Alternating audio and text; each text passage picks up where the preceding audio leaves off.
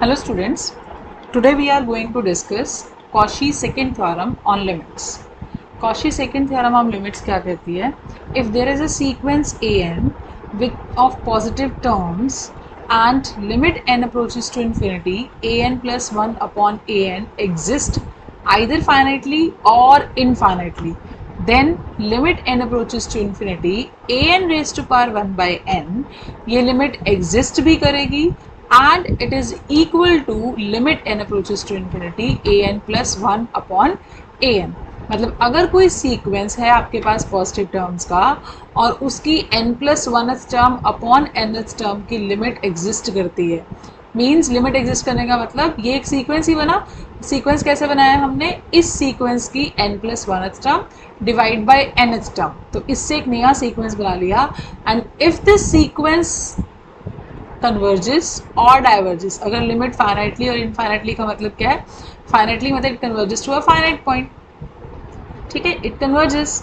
And infinitely का मतलब limit infinite का मतलब इट डाइवर्जेस, ठीक है. तो इट आइदर कन्वर्जेस और diverges, then same is the behaviour of this sequence an raise to power 1 by n, ठीक है. अगर पॉजिटिव टर्म सीक्वेंस है तो उससे an plus 1 upon an sequence अगर कन्वर्ज कर रहा है या डाइवर्ज कर रहा है, same behaviour an raise to power 1 by n का भी होगा, ठीक है. एंड ये लिमिट एग्जिस्ट तो करेगी और लिमिट इसके इक्वल भी होगी. इसका मतलब क्या है? जो बिहेवियर इस सीक्वेंस का होगा वही बिहेवियर इस सीक्वेंस का भी होगा. And this you have to prove. Fine. First of all what is given to us that this limit exist.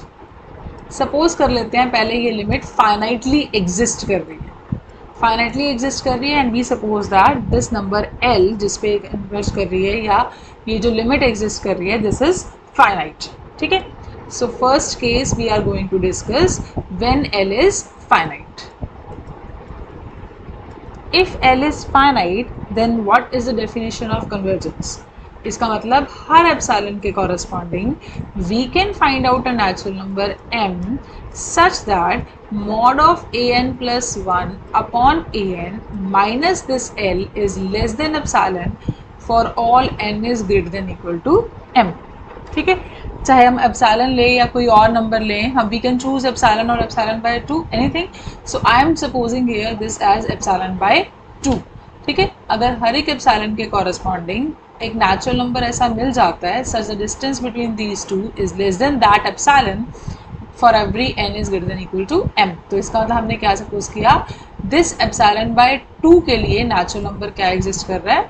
m, ठीक है. So what it means an plus 1 upon an lies between l minus epsilon by 2 to l plus epsilon by 2 for all n is greater than equal to m. हमने सिर्फ इस modulus को expand कर दिया, ठीक है. नाउ अगर मैं इसमें वैल्यूज पुट करती हूँ n की, कहाँ ये रिजल्ट होल्ड करता है m से बड़ी वैल्यूज के लिए. So I put first n equal to m, then m plus 1 and so on up to n minus 1. So what we get? Sir first value क्या आएगी? When we substitute n is equals to m, we get this as m plus 1 upon am is less than l plus epsilon by 2. Now if I substitute n is equals to m plus 1, what I will get? L minus epsilon by 2 upon am plus 2 upon am plus 1. n की जगह पर m plus 1 put करना है, तो m plus 2 upon m plus 1 बन जाएगा ये वाली term. is less than l plus epsilon by 2. Similarly next term क्या आएगी? m plus 3 upon am plus 2 lies between l minus epsilon by 2 to l plus epsilon by 2. so on, कहाँ तक put करना है? n minus 1 तक. सो अगर मैं n की जगह n minus 1 पुट करूँगी, so numerator will be an and denominator will be an minus 1, ठीक है. Now I multiply all these terms. अगर मैं इन सबको मल्टीप्लाई करूँ तो मेरे पास क्या आएगा? l minus epsilon by 2, l minus epsilon by 2 कितनी बार मल्टीप्लाई होगा? जितनी ये टर्म्स हैं. अब ये टर्म्स कितनी हैं? हमने n माइनस 1 तक n की वैल्यू पुट की है m से स्टार्ट करके. इसका मतलब n माइनस 1 में से m से पहले वाली टर्म्स 1 से लेकर m माइनस 1 तक वो सब्ट्रैक्ट कर दो. So how many terms are this? n minus 1 minus m plus 1. It means the number of terms are n minus m. ठीक है, तो L माइनस एप्सिलॉन बाय 2 कितनी बार मल्टीप्लाई हुआ? n minus m times. And what is this? If I multiply all these, हम इन सबको multiply कर रहे हैं तो ये आपस में मल्टीप्लाई होंगे, ये आपस में और ये आपस में. अब इनको जब मल्टीप्लाई करेंगे तो ये am प्लस 1 इस am प्लस 1 से क्या हो जाएगा? Cancel out. क्या टर्म्स आएंगी? If I look at this is am plus 1 into am divide by am plus 2 upon am plus 1 and so on up to an upon an minus 1. What is the pattern here? ये क्या बन रहा है? इसको बाद में देखते हैं. पहले लास्ट वैल्यू क्या आएगी? L प्लस एप्सिलॉन बाय 2 कितनी बार मल्टीप्लाई होगा? जितनी ये टर्म्स हैं. कितनी टर्म्स हैं? n minus m. Now what is this? As we are seeing here, ये am प्लस 1 इससे क्या हो रहा है? Cancel out. ऐसे ही ये टर्म नेक्स्ट वाले से क्या हो जाएगी? Cancel out. इसका मतलब जो डिनोमिनेटर है नेक्स्ट टर्म का, वो पीछे वाले टर्म के न्यूमरेटर से क्या हो रहा है? Cancel out. So finally what we are left with, this is nothing but an upon an. ठीक है, सो इन सबको मल्टीप्लाई करके हमारे पास ये वैल्यू आ गई. अब मुझे क्या चाहिए था? हमें क्या चाहिए था? हमें ये शो करना था कि जिस लिमिट पे ये सीक्वेंस कन्वर्ज करता है या जो इस सीक्वेंस की लिमिट है वही an raise to power 1 by n की भी होगी. तो यहाँ पर किसी भी तरह से an raise to power 1 by n बनाना है. तो यहाँ am एक्स्ट्रा है, पहले तो am को पूरी टर्म से मल्टीप्लाई कर दो. ना हमें पता है जो सीक्वेंस है वो पॉजिटिव टर्म सीक्वेंस है, इसका मतलब am भी पॉजिटिव होगा. सो पॉजिटिव नंबर से मल्टीप्लाई करते हैं तो सीक्वेंस की इनइक्वालिटी में कोई फर्क नहीं पड़ता. So what will get? am into l minus epsilon raised by 2 raised to power n minus m is less than an is less than l plus epsilon by 2 raised to power n minus m into a. ठीक है, अब मुझे यहाँ raised to power 1 by n भी चाहिए, तो इस पूरी इनइक्वालिटी की raised to power 1 by n कर दो. तो क्या आ जाएगा? am raise to power 1 by n l minus epsilon by 2 raise to power n minus m divide by n, क्योंकि पावर 1 बाय n करनी है. ठीक है, this is less than am raise to power 1 by m n into l plus epsilon by 2 raise to power n minus m divide by n. ठीक है, इसको अगर मैं सिंप्लीफाई करके लिखूं तो ये क्या बनेगा? am raise to power 1 by n l minus epsilon by 2, this n अलग अलग कर दो, 1 minus m by n. an raise to power 1 by n is less than am raise to power 1 by n l plus epsilon by 2 raise to power 1 minus m by n. Now I check what is the limit of this term and this term. इसकी limit क्या होगी as n approaches to infinity? As n approaches to infinity, 1 by n approaches to 0 and anything raised to power 1 by n is always anything raised to power 0. ये 0 को approach कर रहा है ना, तो anything raised to power 0 is 1. इसका मतलब ये वैल्यू भी किसको अप्रोच करेगी? 1 को. So it is nothing but 1 into l minus epsilon by 2 और m बाय n किसको अप्रोच करेगा? जब 1 बाय n 0 को अप्रोच कर रहा है तो m by n also approaches to 0. तो कितना बचा? सिर्फ 1 minus 0. It means limit will be l minus epsilon by 2. So now what is the limit of this right hand side?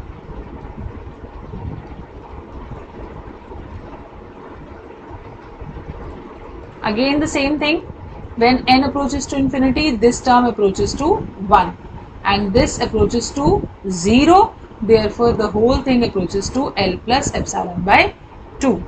अब ये चीज़, ये जो फंक्शन है ये इस पे कन्वर्ज कर रहा है, तो इसका मतलब क्या हुआ?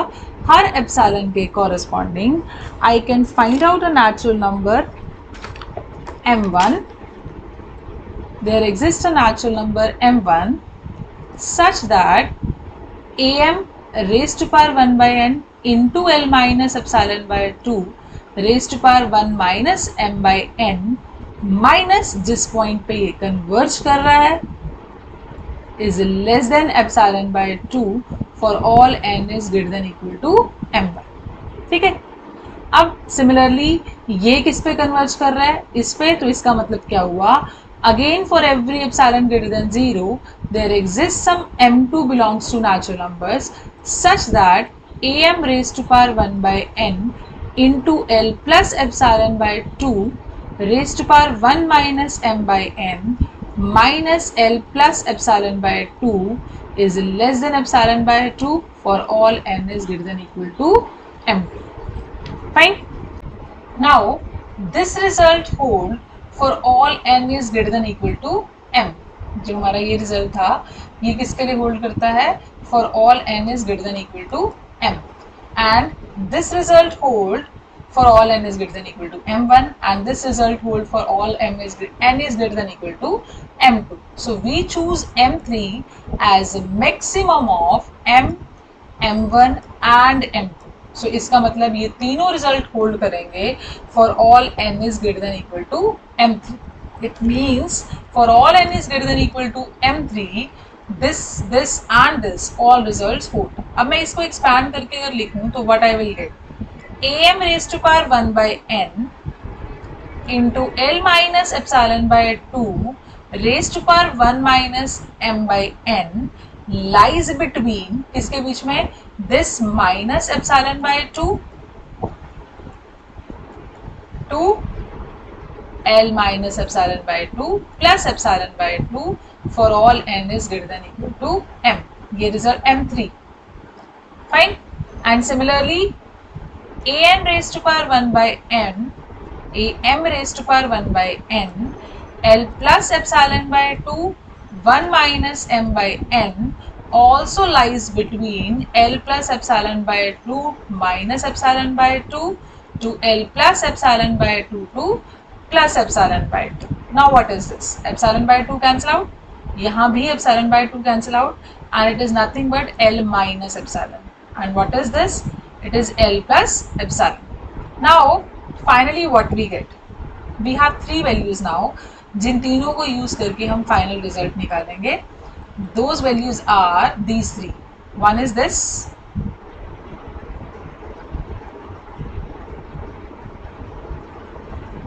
ठीक है, second is this, and third is this. From here what we take l minus epsilon is less than this, and this value is less than an raised to power 1 by n. Then an raised to power 1 by n is less than this, which is this, am raised to power 1 by n, l plus epsilon by 2, 1 minus m by n, which is further less than l plus epsilon. So finally what we get, l minus epsilon is less than am raised to power 1 by n, l minus epsilon by 2 raised to power 1 minus m by n, which is less than an raised to power 1 by n, which is further less than am raised to power 1 by n, l plus epsilon by 2 raised to power 1 minus m by n, which is further less than l plus epsilon for all n is greater than equal to m3. इसका मतलब क्या हुआ, हर एक epsilon के corresponding हमें एक natural number मिल गया m3 such that l minus epsilon is less than this value, which is further less than l plus epsilon for all n is greater than equal to m3. And we can further say that an raised to power 1 by n minus l is less than epsilon for all n is greater than equal to m3. So what it means, that this sequence an raised to power 1 by n also converges to l, where l is a finite number. Now the second case, when l is infinite. If l is infinite means an plus 1 upon an की जो limit है that is infinity.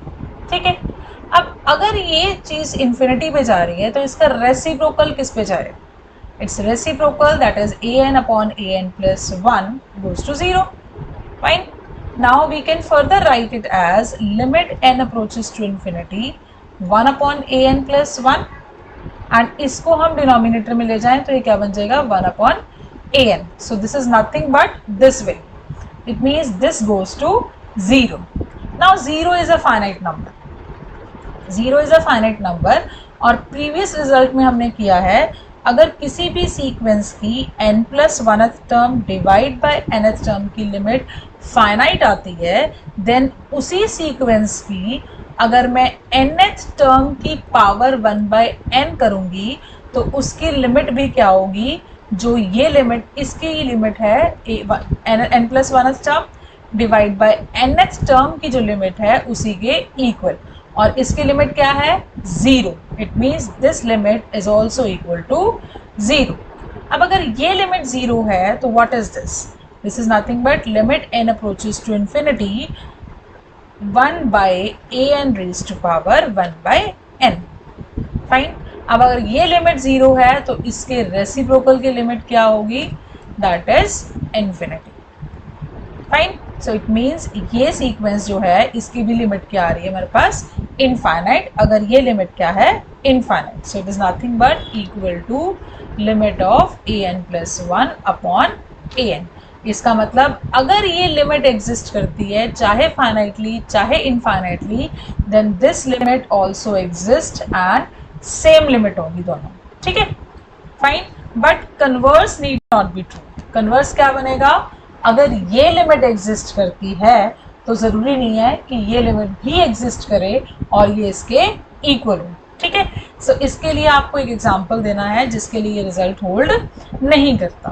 Fine. So we take an as 2 raise to power minus n plus minus 1 raise to power n। So now what is your an raised to power 1/n? That is 2 raised to power minus n plus minus 1 raised to power n whole raised to power 1/n. So it is nothing but 2 raised to power minus n upon n plus minus 1 raised to power n upon n. ठीक है, so ये n cancel out, so it is nothing but 2 raised to power minus 1 plus minus 1 raised to power n upon n. So if I take its limit, then what is the limit of this function when n approaches to infinity? This is when n approaches to infinity, then 1/n approaches to 0. और अगर मैं उसको minus 1 raise to power n से multiply करूँगी, so this value is either 1 और -1 only, so it approaches to also 0. ठीक है, so we are left with only 2 raise to power -1. It means the limit is 1/2. Now we take what value, हमें show करना है कि ये value इसकी limit और इसकी लिमिट इक्वल हो, ये ज़रूरी नहीं है, हो सकता है ये एग्जिस्ट ही ना करे। So first we calculate an plus 1 upon an plus 1 क्या आएगा, an में हर n की जगह पे n प्लस 1 पुट कर दो। ठीक है, minus 1 raise to power n plus 1। ठीक है, divide by 2 raise to power minus n plus minus 1 raise to power n। This is a power only. जब 2 की पावर में है दोनों चीज़ें तो न्यूमरेटर में चली जाएंगी powers, minus of n minus 1 plus minus 1 raise to power n plus 1 minus ये पावर ऊपर गई तो क्या बन गई, plus n and minus 1 raise to power n। ये n इससे cancel out, so we are left with limit n approaches to infinity 2 raise to power minus 1 plus minus 1 raise to power n plus 1 minus minus 1 raise to power n। अब n even है या odd है उस पर इसकी value depend करेगी, either n is even और it is odd. So what is the value of this when n is even? अगर n इवन है तो n प्लस 1 ऑड होगा, है ना, तो ऑड है तो माइनस 1 एंड n इवन है तो ये प्लस 1, बट यहाँ माइनस n है तो total is minus 2 raise to power 3 is 8, but यहाँ माइनस 3 है, it is 1/8. Now if n is odd then n plus 1 is even. अगर n plus 1 even है तो इसका मतलब 2 raise to power minus 1 plus 1 minus n odd है तो ये माइनस 1 आएगा, so it is again plus 1। ये कैंसिल आउट तो value is 2. It means when n is odd the value is 2 and when n is even the value is 1/8. किसकी value, an plus 1 upon an, है ना। So if I take its limit तो even के लिए limit 1/8 आएगी, odd के लिए limit 2 आएगी. इट मीन्स लिमिट यूनिक नहीं है. इसका मतलब ये लिमिट एग्जिस्ट नहीं करती. ठीक है, this limit does not exist. Fine. तो ये ज़रूरी नहीं है. अगर a n raise to power 1/n की लिमिट एग्जिस्ट करती है तो a n plus 1 upon a n की भी लिमिट एग्जिस्ट करे. It is not necessary. तो converse of the Cauchy second theorem need not hold. मतलब हमेशा होल्ड करे ये ज़रूरी नहीं. Now let's take some examples. First is prove that limit n approaches to infinity, n raised to power n upon n factorial raised to power 1/n equal to e. So हमें निकालना है कि n raised to power n upon n factorial की raised to power 1/n की limit e होगी. अब इसका मतलब जो an है that is n raised to power n upon n factorial. Now इसकी raised to power 1/n को सॉल्व करना है तो हम कॉशीज सेकेंड थ्योरम लगा सकते हैं, क्योंकि कॉशीज सेकेंड थ्योरम कहती है अगर a n plus 1 upon a n की लिमिट एग्जिस्ट करती है चाहे फाइनाइट या इनफाइनाइट, तो ये लिमिट किसके इक्वल होगी? Limit n approaches to infinity a n raise to power 1/n की. तो ये लिमिट ऑटोमेटिकली आ जाएगी. So first we calculate this. What is your a n plus 1 upon a n? इसमें n की जगह पे n प्लस 1 पुट कर दो. That will be your a n plus 1. ठीक है, तो first I am writing only a n plus 1. This is n plus 1 raise to power n plus 1 upon n plus 1 का factorial divide by a n is n raise to power n upon n factorial. If I solve it out I will get n plus 1 raise to power n plus 1 upon n plus 1 factorial and this n raised to power n in denominator and n factorial in numerator. Now if I further solve it, I can write it as n plus 1 raised to power n into n plus 1 and n factorial. Divide by this n plus 1 factorial is nothing but n plus 1 into n factorial into n raised to power n. तो ये term नीचे क्या हो गई? Cancel out because this is nothing but n plus 1 factorial. ठीक है, so we are left with n plus 1 raise to power n upon n raise to power n. So what we get? a n plus 1 upon a n is equal to n plus 1 by n whole raise to power n, which can further be written as 1 plus 1 by n raised to power n. And if I find out its limit, then it is nothing but e. ये limit की value आप लोगों ने अपने +2 और बाकी जो पिछली क्लासेस हैं उसमें की हुई है कि ये वैल्यू किसके इक्वल होती है? ई की. इसका मतलब ये लिमिट एग्जिस्ट करती है और ई के इक्वल है. तो by Cauchy second theorem limit of a n raise to power 1/n is also equal to e. और 1/an raise to power 1/n क्या है जो आपको चाहिए था, है ना? A n is this, then a n raise to power 1/n is e. Fine, ये आपको प्रूव करना था. So let's do one more example that show that the sequence n raised to power 1/n converges to limit 1. How will you prove this? Here again your an is n, जो power 1/n उसको छोड़कर जो function है that is your n. ठीक है, तो an को n मान लिया. Now again to prove an raised to power 1/n converges to 1, we will find out the limit an plus 1 upon an. an plus 1 क्या आएगा? n की जगह पे n plus 1 पुट कर दो and an is n. So we can write it as 1 plus 1/n. कैसे? n plus 1/n है ना, इसको अलग अलग कर लो. This is n upon n plus 1/n. ठीक है, so ये क्या आ गया? 1 plus 1/n. Now find out its limit. क्या आएगी लिमिट की value? Limit n approaches to infinity 1 plus 1/n. As n approaches to infinity, 1/n approaches to 0. So this term also approaches to 0. So we are left the value with 1 only. ठीक है, so by Cauchy's second theorem, if this limit exists, जो हमने find out की है, ये limit exist करती है, then limit n approaches to infinity an raised to power 1/n is equal to limit n approaches to infinity an plus 1 upon an. और ये limit किसके इक्वल है? 1 के. Therefore this limit is also equal to 1 and it is what? It is nothing but n raised to power 1/n. ठीक है, so in this way you can prove questions also. You can solve the questions. Now one more problem. Show that limit n approaches to infinity 2 by 1, 3 by 2, 4 by 3 and so on up to n upon n minus 1 raised to power 1 by n is equal to 1. So what is an here? An is this whole term. ठीक है, जिसकी raise to power 1 by n है हमारे पास, that is your an. Right. अब again Cauchy second theorem लगाने के लिए हमें क्या निकालना पड़ेगा? an plus 1 upon an. ठीक है, so now solve it. This is your an plus 1 के लिए हमें क्या करना है? इस प्रोडक्ट की जो लास्ट टर्म होगी उसमें n की जगह पे n प्लस 1 पुट करना है. सो it is n plus 1 upon n. इससे पहली टर्म क्या होगी? n माइनस, इससे पहली टर्म क्या होगी? n upon n minus 1.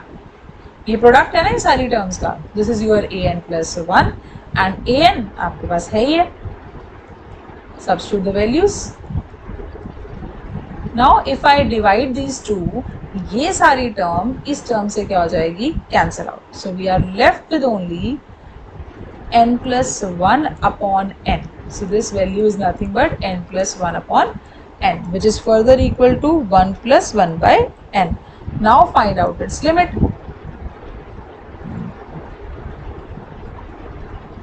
Limit क्या आएगी इसकी? n approaches to infinity means 1 by n approaches to 0. So this value approaches to 0. It means this limit is equal to 1 only.